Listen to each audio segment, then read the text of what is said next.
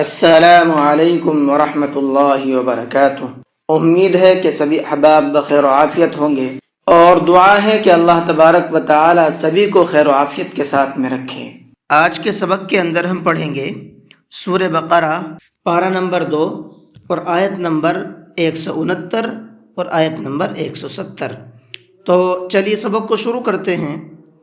اعوذ باللہ من الشیطان الرجیم، بسم اللہ الرحمن الرحیم۔ انما یأمرکم بالسوء والفحشاء وان تقولوا، انما نون کے اندر غنہ کریں گے، یأمرکم یہ حمزہ ساکن ہے اور حمزہ ساکن کو جھٹکے کے ساتھ میں پڑھا جاتا ہے، یا اس طرح سے۔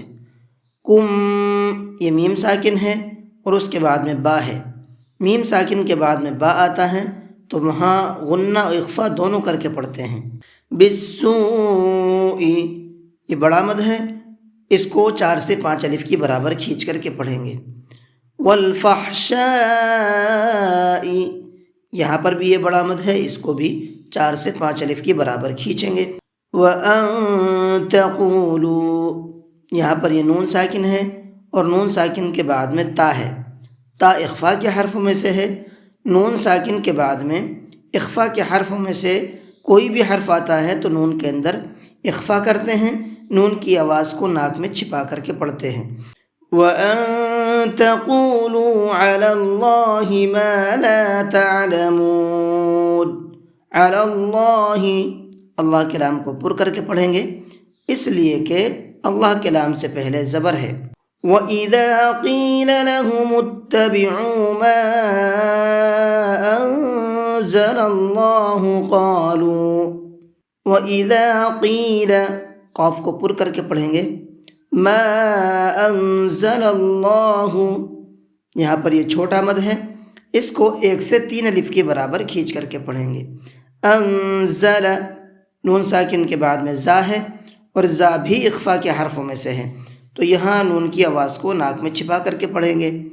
زل اللہ اللہ کے لام کو منہ بھر کے پڑھیں گے، اس لیے کہ اللہ کے لام سے پہلے یہاں پر بھی زبر ہے۔ انزل اللہ قالوا بل نتبع ما الفینا علیہ آباءنا اولو کان آباؤہم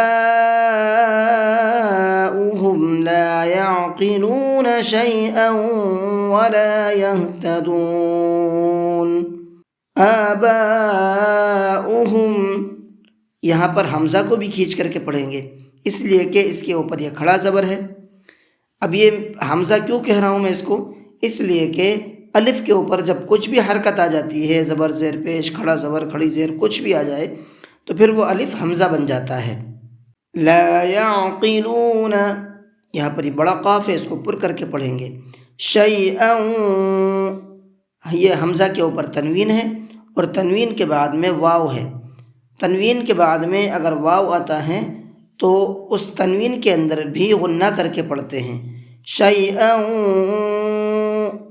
ولا یہتدون جی، تو یہ 170 آپ کی الحمدللہ مکمل ہو چکی ہیں۔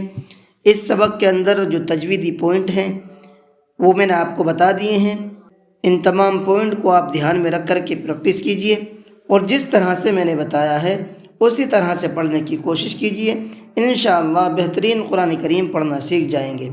اور پھر پڑھنا کیسے ہے ایک بار میں آپ کو پڑھ کر کے بھی سنا دیتا ہوں۔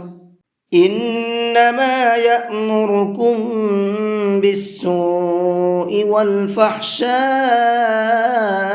وان تقولوا علی اللہ ما لا تعلمون۔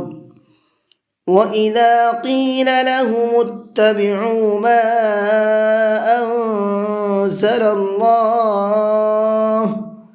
أَنزَلَ اللَّهُ قَالُوا بَلْ نَتَّبِعُ مَا أَلْفَيْنَا عَلَيْهِ